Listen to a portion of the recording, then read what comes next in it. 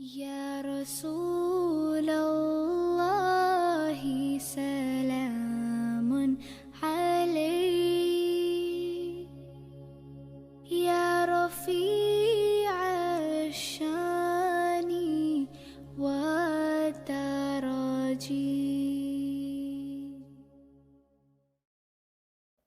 அல் குர்ஆனில் ஜெருசலம் பாகம் 4.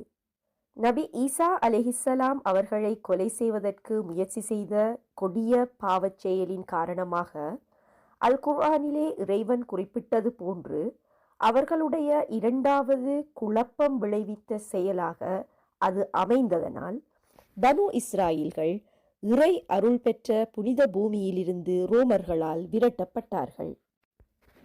முதலாம் முறை அவர்கள் பாபிலோனியர்களால் வெளியேற்றப்பட்ட போது அவர்கள் அனைவரும் ஒரே இடத்தில் வாழ்ந்தார்கள். அவர்களுக்கு அங்கு பல நபிமார்களும் அனுப்பப்பட்டார்கள். ஆனால் இரண்டாம் முறை அவர்கள் விரட்டப்பட்ட போது உலகத்தின் பல பாகங்களிலும் சிதறி விடப்பட்டார்கள். அவர்களை நாம் பூமியில் பல பிரிவினராக ஆக்கிவிட்டோம். அவர்களில் நல்லவர்களும் இருந்தார்கள், கெட்டவர்களும் இருந்தார்கள். அவர்கள் நன்மையின் பால் திரும்பும் பொருட்டு அவர்களை நன்மைகளைக் கொண்டும் தீமைகளைக் கொண்டும் சோதித்தோம். சூரா அல் அராஃப் வசனம் 168. இதன் பின்னர் அவர்கள் அந்த நிலத்தின் உரிமையை கோரி மீள வருவது அவர்களுக்கு தடுக்கப்பட்டது.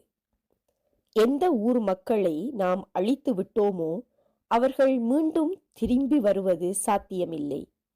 எதுவரையெனில் யஜூஜு மௌஜூஜு திறந்து விடப்பட்டு ஒவ்வொரு உயரமான இடங்களில் இருந்தும் அவர்கள் வெளியேறும் வரை.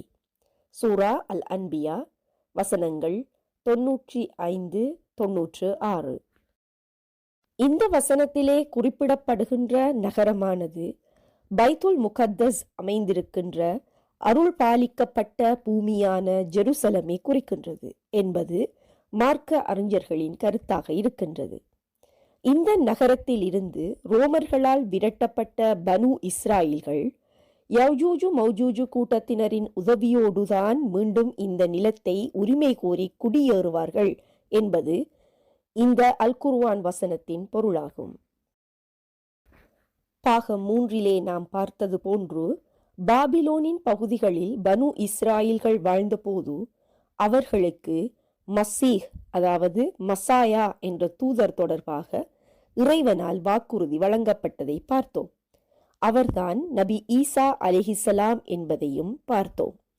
பனு இஸ்ரவேலர்கள் நபி ஈசா அலைஹிஸ்ஸலாம் அவர்களை அல்லாஹ்வின் தூதராக ஏற்றுக்கொள்ளாத காரணத்தினாலும் மற்றும் அவரை தாங்கள் கொலை செய்து விட்டதாக எண்ணி இருக்கின்ற காரணத்தாலும் அவர்களுக்கு ஏலவே வழங்கப்பட்ட வாக்குறுதியானது இன்னும் வரவிருக்கின்றது என்று எதிர்பார்த்து காத்திருக்கின்றனர். இதனால் அந்த மசீஹை வரவேற்பதற்கு அந்த புனித நிலத்தை மீட்டு அதில் இஸ்ரேல் அரசை நிறுவி உலகை ஆட்சி செய்கின்ற முதல் தர அரசாக அதை பரிணமிக்கச் செய்ய வேண்டும் என்ற குறிக்கோளை அவர்கள் கைவிடவில்லை. அல் குர்ஆனிலே அவர்கள் மீண்டும் இந்த மண்ணுக்கு யஜூஜு மௌஜூஜுவினுடைய உதவியோடு வர இருக்கிறார்கள் என்று சொல்லி இருப்பதும் இங்கு கூர்ந்து நோக்கப்பட வேண்டியது. உண்மையில் யஜூஜு மௌஜூஜு என்கின்ற கூட்டத்தினர் மனித இனத்தின் ஒரு பகுதியினரே. இதனை சூரா அல் கஹ்ஃபிலே தெளிவாக காணலாம்.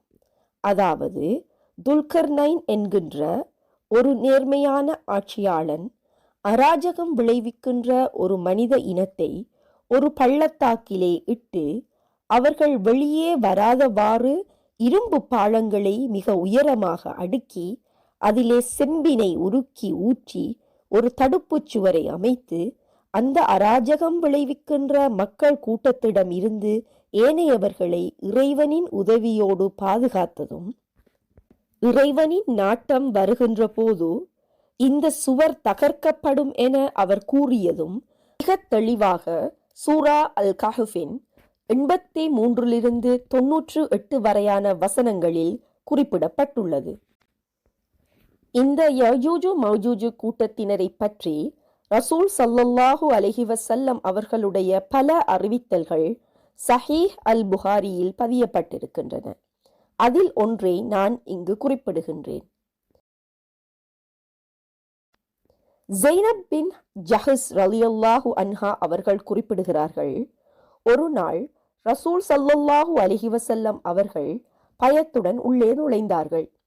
அரேபியர்களுக்கு துன்பகரமான செய்தி, மிகவும் பயங்கரமான கெடுதி அவர்களை அணுகிவிட்டது. இன்று யஜூஜு மௌஜூஜு கூட்டத்தினர் தடுத்து வைக்கப்பட்டிருக்கின்ற தடுப்பு சுவரிலே இந்த அளவு ஓட்டை விழுந்து விட்டது என்று தனது சுட்டு விரலையும் பெரு விரலையும் வட்டமாக இணைத்து காட்டினார்கள். அதற்கு ஸைனப் பின் ஜஹஸ் ரலியல்லாஹு அன்ஹா அவர்கள், எமக்குள் இறையச்சம் உள்ளவர்கள் இருக்கின்ற போதும் நாம் அழிக்கப்படுவோமா என கேட்க, ஆம், கெட்டவைகளின் எண்ணிக்கை அதிகரிக்கும் போது என ரசூல் ஸல்லல்லாஹு அலைஹி வஸல்லம் அவர்கள் பதிலளித்தார்கள். ஆதாரம் புகாரி. இந்த ஹதீஸிலிருந்து நாம் புரிய வேண்டியது யாதெனில், யஜூஜு மௌஜூஜு கூட்டத்தினருடைய வெளிப்படுதலானது ரசூல் ஸல்லல்லாஹு அலைஹி வஸல்லம் அவர்களுடைய காலத்திலேயே ஆரம்பித்து விட்டது என்பதாகும். மேலும் சூரா அன்பியாவினுடைய 96வது வசனத்தில் குறிப்பிடப்படுவது போன்று, ஒவ்வொரு உயரமான இடங்களில் இருந்தும் அவர்கள் வெளியேறும் வரை என்பதானது உலகின் ஆதிக்கமிக்க சக்தியாக அவர்கள் உருவெடுப்பதை குறிக்கின்றது என்பது சில உலமாக்களின் கருத்தாக இருக்கின்றது.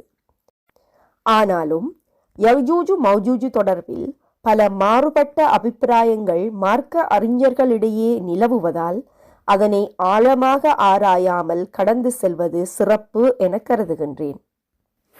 இப்போது இஸ்ரவேலர்கள் இஸ்ரேல் என்ற நாட்டை நிறுவிய வரலாற்றை மேற்சொன்ன அல் குர்ஆன் வசனத்தோடு இணைத்து நோக்குவோம்.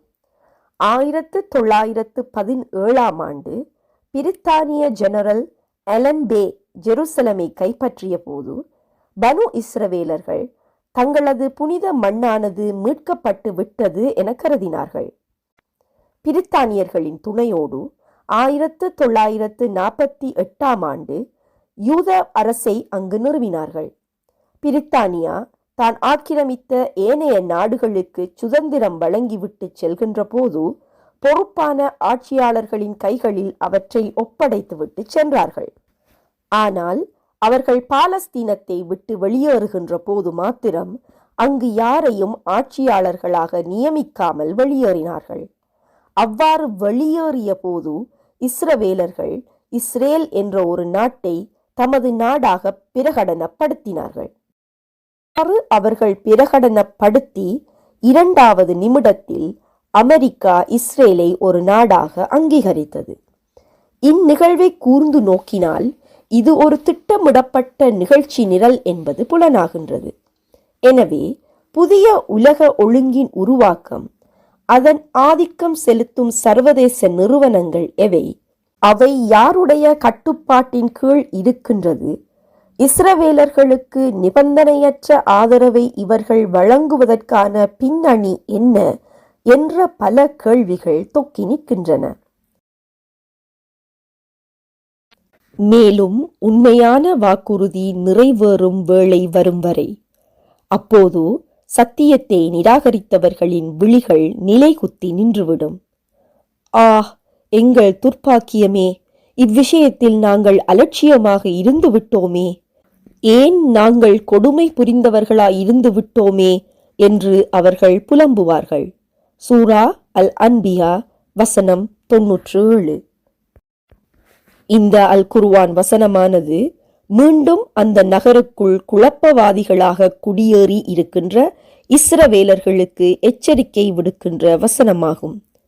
அதாவது, முதலாம் முறை அவர்கள் குழப்பம் விளைவித்த போது அவர்கள் பாபிலோனியர்களால் வெளியேற்றப்பட்டார்கள். 2ஆம் முறை அவர்கள் குழப்பம் விளைவித்த போது ரோமர்களால் அங்கிருந்து சிதறடிக்கப்பட்டார்கள்.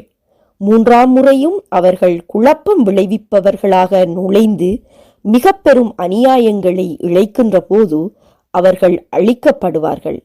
இப்போது அவர்கள் எதிர்கொள்கின்ற படையானது ரசூல் ஸல்லல்லாஹு அலைஹி வஸல்லம் அவர்களை பின்பற்றுகின்ற படையாக இருக்கப் போகின்றது.